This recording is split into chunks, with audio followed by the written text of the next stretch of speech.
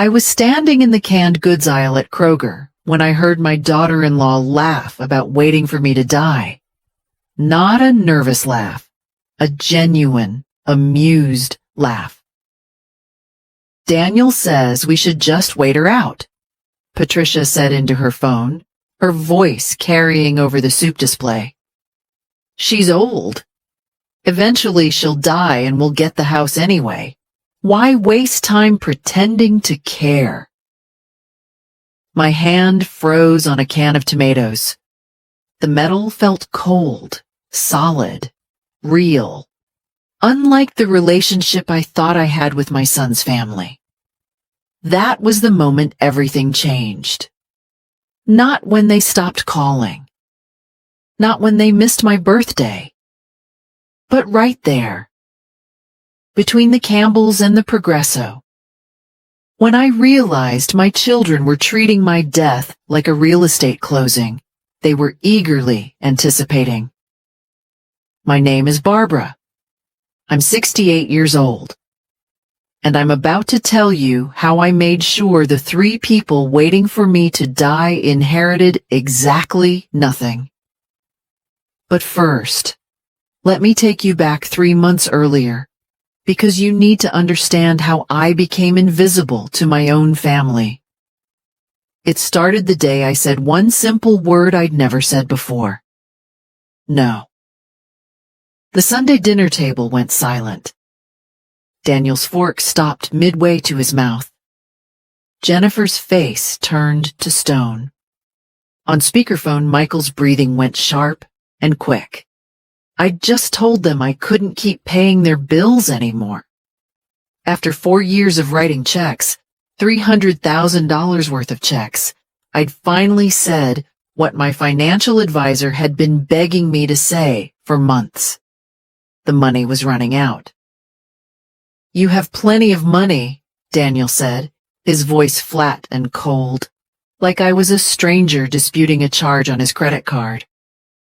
"Dad left you comfortable. You're being dramatic." I wasn't being dramatic. I was being broke. Well, on my way to broke. 6 years away from having nothing left, according to Thomas, my advisor. But sitting there, watching my own son's face harden into something unrecognizable, I realized he didn't care about the numbers. He cared about his access to my bank account. That dinner was 11 months ago.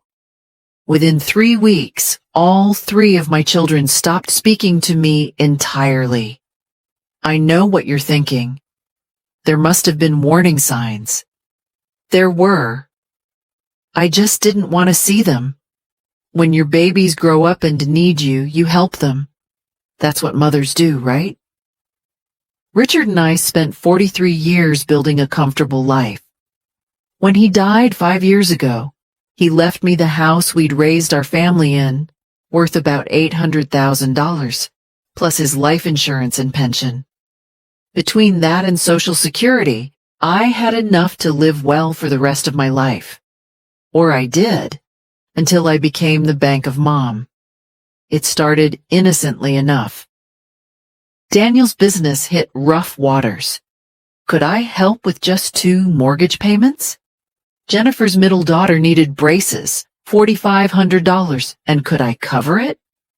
Michael's car died and he needed reliable transportation for work. Just a loan, Mom. We'll pay you back. I said yes every time. What mother wouldn't? These were my children. But the loans never got repaid, the emergencies never stopped, and somewhere along the way the requests turned into demands. Jennifer would call and tell me she'd already enrolled the kids in summer camp. I owed her $4,500 by Friday. Daniel would text me his mortgage amount with the due date, like I was his billing department. The night I couldn't sleep, I calculated everything. $300,000 in 4 years. That's what loving my children cost me. But here's what really broke me.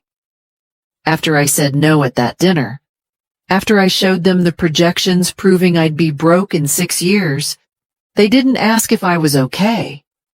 They didn't apologize for taking so much. They called me selfish and walked out. Then came the silence. 3 months of complete, suffocating silence. No calls. Not on my birthday. Not on Thanksgiving, which I'd hosted for 43 years straight. When I finally broke down and called Jennifer to ask about Thanksgiving plans, her voice was cold enough to freeze water. "We're doing it at Daniel's this year. I don't think you should come. Things are still tense. Maybe we need space." Space. They needed space from me because I'd stopped funding their lifestyles. I spent Thanksgiving alone, eating a turkey sandwich, staring at 4 decades of family photos on my walls. Photos of people who'd erased me from their lives, like I'd never mattered. You want to know what that kind of rejection feels like? It feels like drowning in a room full of air. It feels like your heart keeps beating, even though it should have stopped. My doctor put me on antidepressants. I stopped going to my book club because I couldn't explain why I never saw my 7 grandchildren anymore. The house felt like a museum dedicated to a family that no longer existed. Then came that Tuesday morning at Kroger. I'd gone to buy groceries, one of the few things that still felt normal. I was reaching for canned tomatoes when I heard Patricia's voice 1 aisle over. My daughter-in-law. Daniel's wife. I almost called out to her, desperate for any connection to my family, even secondhand. But something in her tone made me freeze. "I know, right?" She laughed, that casual laugh people use when discussing minor inconveniences. She actually thought we'd keep coming around after she cut us off. Like, hello? We have our own lives. My hand stayed suspended over the soup cans. The fluorescent lights buzzed overhead. Somewhere, a cart squeaked past. "Daniel says we should just wait her out. She's old. Eventually she'll die and we'll get the house anyway. Why waste time and energy pretending to care?" The can I'd been holding slipped from my fingers. It hit the floor with a hollow thud, rolling toward the end cap. I didn't pick it up. I stood there, perfectly still, listening to my daughter-in-law, the woman I'd helped financially through 3 pregnancies, discuss my death like it was an upcoming sale at Macy's. They weren't hoping I'd come around. They weren't missing me. They were waiting for me to die so they could sell my house and split $800,000 3 ways. I left my cart abandoned in the middle of the store and walked out. My hands shook so hard I could barely grip the steering wheel.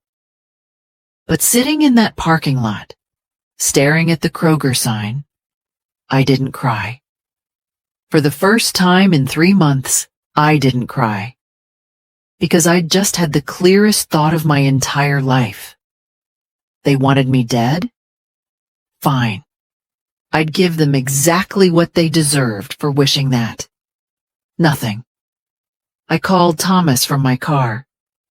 "I need to sell the house," I said, "as fast as possible. And I don't want my children to know until it's done." There was a long pause on the other end.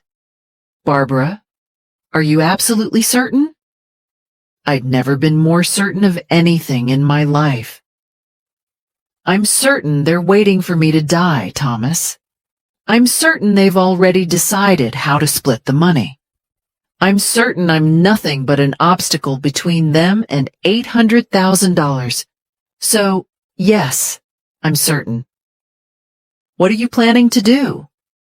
I looked at my reflection in the rearview mirror.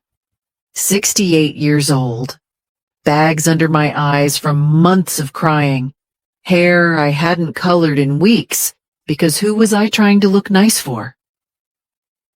"I'm planning to disappear," I said, "and I need your help." Have you ever made a decision that you knew would burn your entire life to the ground? That's what I did next. And I've never slept better. Thomas and I met the next morning in his office. I brought every document I owned: bank statements, property deeds, insurance policies. I laid them across his conference table like pieces of a puzzle I was finally ready to solve. "If I sell the house, what am I looking at?" He pulled up his calculator, his fingers moving quickly across the keys. "The market's strong. Your house is in excellent condition, desirable neighborhood. We could list it for $850,000, maybe $900,000. After real estate fees and capital gains, you'd clear approximately $700,000. $700,000. Combined with what remained of my savings, I'd have close to $1 million. More than enough to start over somewhere my children would never find me. How long would it take? In this market, if we price it competitively, 30 to 60 days, maybe faster. I want to do it. But Thomas, this has to be quiet. I don't want them knowing until after closing. He studied me for a long moment. I could see him weighing whether to talk me out of it, whether to suggest counseling or family mediation, or any of the reasonable things people suggest when families fall apart. "They haven't called me in 8 months," I said softly. "They've made it perfectly clear I only matter as a future inheritance. Well, they can inherit the memories." We listed it 2 weeks later. Thomas connected me with a realtor who understood discretion. A sharp woman named Susan who had professional photos taken and staged the house beautifully. We priced it at $875,000. Within 3 days, we had multiple offers. I accepted $9,000–$10,000 from a young couple expecting their first baby. The irony wasn't lost on me. I was selling the house where I'd raised my family to people just starting theirs. I signed the paperwork with a steady hand and hoped they'd fill those rooms with more love than mine had shown me. Closing was set for 45 days out. During those 45 days, I became a different person. Not the grieving mother who'd spent months crying into her pillow. Not the desperate woman who'd driven to Jennifer's house and been turned away at the door. I became someone with a mission, and missions require focus. I researched cities I'd always wanted to see, places where the cost of living was lower, where my money would stretch further, where absolutely no one knew me or my history, or the family that had discarded me. I fell in love with Asheville, North Carolina. Richard and I had visited once 30 years ago for our 20th anniversary. I remembered mountains that rolled purple at sunset, art galleries on every corner, a pace of life that felt like exhaling after holding your breath too long. I found a 2-bedroom condo with a balcony overlooking the mountains. $320,000. I could buy it outright, no mortgage, and still have more than enough to live comfortably for the rest of my life. The packing was harder than the planning. 43 years of memories lived in that house. Every dish had a story. Every piece of furniture held a moment. I sorted through it all with surgical precision. Keep, donate, trash. I was ruthless. Most of it had to go. The photographs almost broke me. Boxes and boxes of them, spanning decades. I'd been the family archivist, documenting every birthday party, every Christmas morning, every graduation and wedding and milestone. I held a photo of 5-year-old Jennifer on Christmas, her face glowing with pure joy as she opened presents. Where had that little girl gone? What had transformed her into someone who could slam a door in her mother's face? I packed one photo album. Just one. The rest stayed in boxes in the basement for whoever bought the house to deal with. Let them wonder about the smiling family in the pictures. Let them imagine we were happy. 3 weeks before closing, Jennifer called. My heart lurched when I saw her name on my phone. Maybe she'd had a change of heart. Maybe she missed me. Maybe this nightmare was finally ending. Mom! Her voice was bright, artificially sweet, like honey poured over broken glass. I was thinking about you today. How are you? I'm fine, I said carefully. How are you? How are the kids? Everyone's great. Listen, Mom, I wanted to apologize. I think we all overreacted about the money thing. Family is what matters, right? Not money. I almost laughed. The irony was so thick you could cut it with a knife. That's very mature of you, Jennifer. So I was thinking, why don't you come to dinner this Sunday? The whole family will be there. It's been too long. The whole family. After 8 months of total silence, suddenly they all wanted to see me. Someone had seen the for sale sign, or a neighbor had mentioned it. They'd found out, and now they were panicking.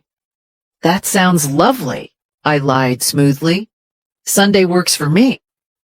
Great. Come around 5. And Mom, we really have missed you. I hung up and stared at my phone. No, you haven't, I thought. You've missed your inheritance. Sunday at 4:45 p.m., I sent a group text to all 3 of my children. Sorry, not feeling well, have to cancel. Hope you all have a nice evening together. Then I turned off my phone. I imagined them sitting around Daniel's dining room table, checking their watches, calling my number and getting voicemail. I imagined their frustration morphing into anger, morphing into panic. And I felt nothing. Not satisfaction, not guilt, not sadness. Just a strange, peaceful numbness, like Novocaine for the soul. The closing happened on a Tuesday morning in mid-May. The sky was that perfect spring blue that makes you believe in new beginnings. I signed my name on document after document, my signature steady and clear. Susan presented me with a check for $862,000. I stared at that check, representing everything Richard and I had built over 4 decades, and felt the weight of my old life lifting off my shoulders like fog burning away in sunlight. The buyers seemed like good people. The wife was heavily pregnant, glowing with that particular radiance expectant mothers have. The husband kept talking about the backyard, how perfect it would be for their daughter to play in. The nursery they'd set up in what used to be Michael's room. I hope you'll be very happy here, I told them. And I meant it. I walked out of that lawyer's office, a free woman. That same afternoon, I pulled up to my new condo in Asheville. The moving company had delivered my carefully selected belongings the day before. Not much, really. A bedroom set, my favorite reading chair, some books, my clothes, and that one photo album. Everything else I'd sold, donated, or left behind. The condo was on the 3rd floor with a balcony overlooking the mountains.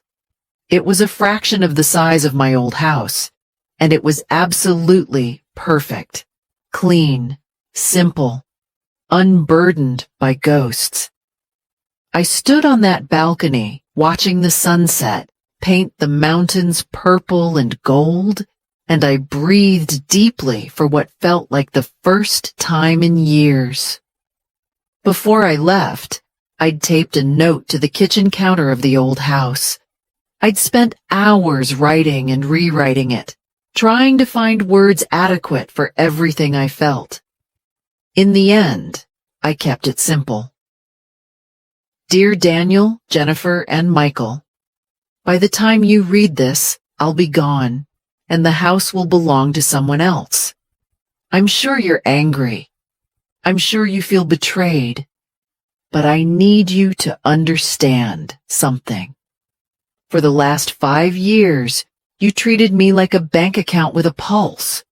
You took $300,000 from me without a second thought. And when I finally said no, you erased me from your lives completely. You stopped calling. You cut me out of holidays. You made it crystal clear that I only mattered to you as a source of money and a future inheritance. Then I heard Patricia on the phone, laughing about waiting for me to die so you could get this house. So I made the decision easy for you. You don't have to wait anymore. I'm gone. And so is your inheritance. I hope the $300,000 was worth losing your mother. I hope when you're my age, your children treat you better than you treated me. The house is sold. The money is mine. And I'm starting over somewhere you'll never find me. Don't bother looking. Barbara. I'd mailed copies to each of their homes, timed to arrive the day after closing. I wanted them to get the news separately, in private, so they couldn't immediately join forces and strategize. I wanted each of them to sit alone with what they'd lost, what they'd thrown away, what their greed had cost them. My phone started ringing that evening. First Jennifer, then Daniel, then Michael. Over and over and over, the calls came like waves crashing against rocks. I let every single one go to voicemail. I listened to the messages once. Just once. A parade of rage and disbelief and accusations that would have been funny if they weren't so predictable. How could you do this to us? Jennifer shrieked, her voice shrill with fury. This is theft, Mom. That house was our inheritance. Daniel's voice was ice cold, calculated. You're going to regret this. Family doesn't treat family this way. We'll contest the sale. Michael sounded hurt, wounded, like I'd betrayed him instead of the other way around. I can't believe you'd do something so cruel after everything we've been through. After everything we've been through. The irony was so complete, it was almost beautiful. I deleted every message and blocked all 3 numbers. The first month in Asheville was strange. I kept waiting for the guilt to ambush me, for the maternal instinct to override my anger and make me reach out, apologize, beg for forgiveness. It never came. What came instead was peace. Actual, genuine peace that I hadn't felt in years. I joined a book club at the local library. They were reading Barbara Kingsolver, and the women were sharp and funny. I started taking watercolor classes at the community center. My mountains looked more like purple blobs, but the instructor said I had an intuitive sense of color, which I'm pretty sure was code for, you're terrible but enthusiastic. I volunteered twice a week at a women's shelter, helping other women rebuild their lives after difficult circumstances. Turns out, walking away from people who hurt you is a skill lots of us need to learn.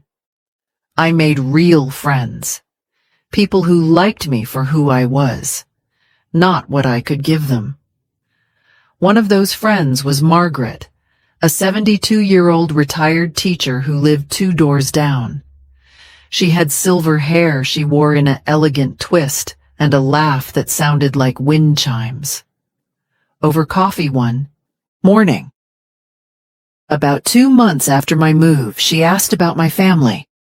It was the first time anyone had asked directly.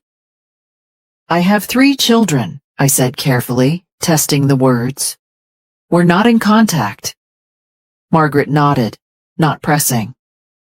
Sometimes the people who should love us the most are the ones who hurt us the worst. "Did you have children?" "2 sons. One died in a car accident when he was 23. Her voice went soft, distant. "The other, well, let's just say we had different ideas about what family means. I haven't seen him in 15 years. Do you regret it? The estrangement?" Margaret thought about this, stirring her coffee slowly. "I regret that he chose money over our relationship. I regret that he became someone I don't recognize. But do I regret protecting myself? Protecting my peace?" She looked at me with eyes that had seen things. "No. Not even a little bit. Barbara, there comes a point where you have to choose between preserving your dignity or preserving a relationship that's already dead. You can't do both." Her words settled something in me I hadn't realized was still unsettled. About 3 months after I moved, a certified letter arrived. Legal letterhead, thick paper, the kind that announces trouble before you even open it.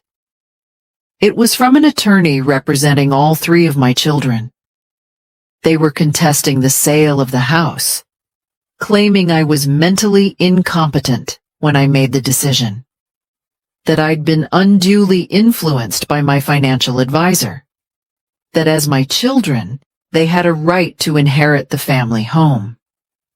I read it twice, then called my own lawyer, a sharp woman named Patricia who specialized in elder law. She read through their claims and actually laughed. Not a polite chuckle, a full, genuine laugh. "Barbara, this is nonsense. You were evaluated by your doctor as mentally competent. You made a legal sale of property you owned outright. Your children have absolutely no legal standing. This is a desperate intimidation tactic." So what do? Nothing. I'll respond to their attorney, shut this down, and that'll be the end of it. She paused. "Though I have to ask, do you want me to include a cease and desist? Make it very clear they're not to contact you?" I thought about my children, probably huddled with their lawyer, convinced they could bully or manipulate me back into their lives, back into my role as their personal ATM. "Yes," I said firmly, "make it very clear." Patricia drafted a response that left no room for misinterpretation. My children had no claim to my property, no right to my money, and no standing to question my choices. The legal letter marked the end of their attempts. After Patricia's response made it clear they had no case, the calls and emails stopped completely. It was like they'd finally accepted I was serious, that I was really gone, that the money was truly beyond their reach. I'd be lying if I said it didn't hurt. These were my children, people I'd carried in my body, nursed through midnight fevers, cheered for at soccer games and piano recitals and graduations, people I'd loved with every fiber of my being.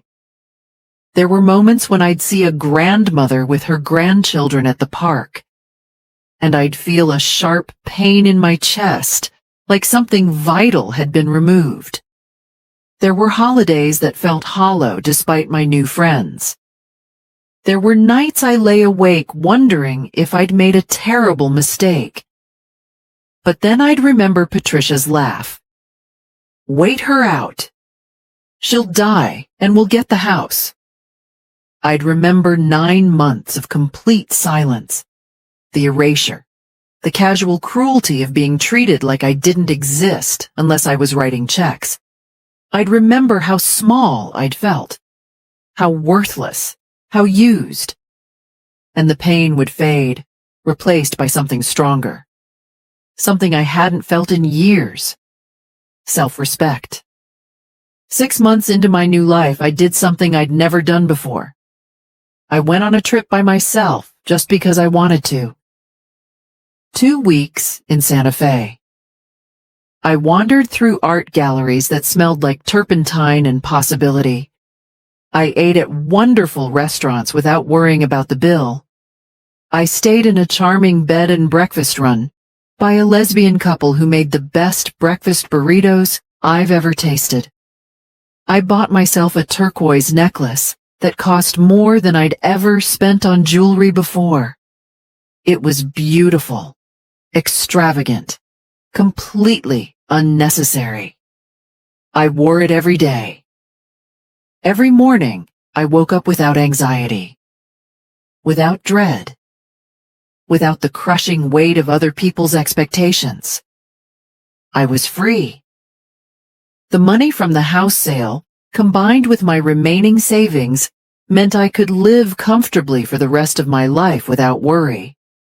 I could travel when I wanted, take classes in things I was terrible at, like watercolor, donate to causes I believed in. I could actually enjoy the life Richard and I had worked so hard to build, instead of watching it drain away into the bottomless pit of my children's entitlement.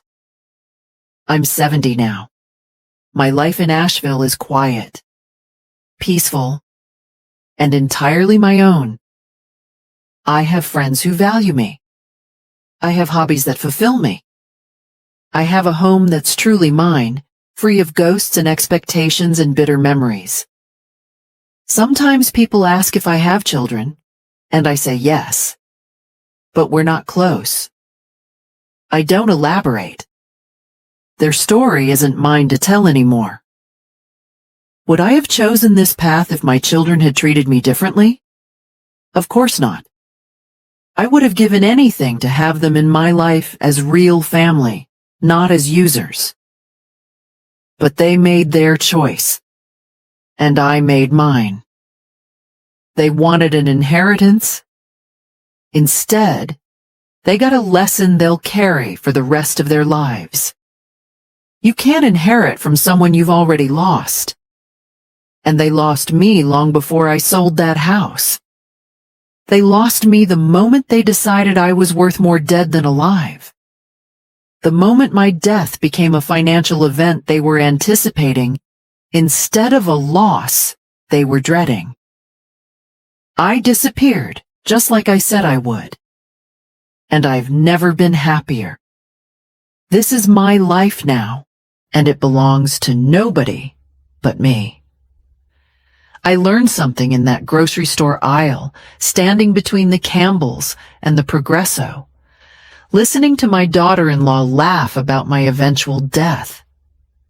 I learned that sometimes the most loving thing you can do is walk away, that protecting yourself isn't selfish, it's survival. I learned that family is supposed to be the people who love you, not the people who use you. And I learned that it's never too late to choose yourself. Even at 68. Even when everyone tells you that mothers sacrifice, that family comes first, that you should forgive and forget. Sometimes forgetting means forgetting where you came from. And I've never been more grateful to be forgotten. If this story touched something in you, I'd love to hear about it in the comments. Have you ever had to choose between family obligation and your own peace? Have you ever loved someone who only saw you as a resource to be extracted? You're not alone, and it's never too late to come home to yourself. Remember, darling, the best inheritance you can leave isn't money. It's the example of someone who knew their worth and refused to settle for less. Take care of yourself. You deserve it more than you know.